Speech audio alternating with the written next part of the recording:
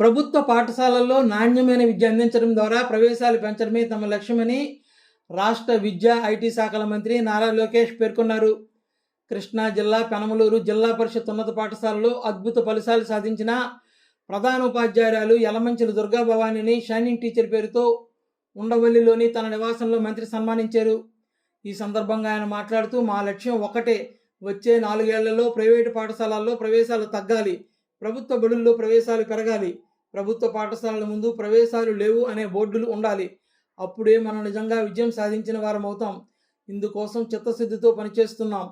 క్షేత్రస్థాయిలో వాస్తవాలు తెలుసుకునేందుకు ఉపాధ్యాయులను నేరుగా కలవాలని నిర్ణయం తీసుకున్నాను. వచ్చే 4 ఏళ్లు విద్యార్థుల అభ్యసన ఫలితాలపై దృష్టి సారిస్తామని పేర్కొన్నారు.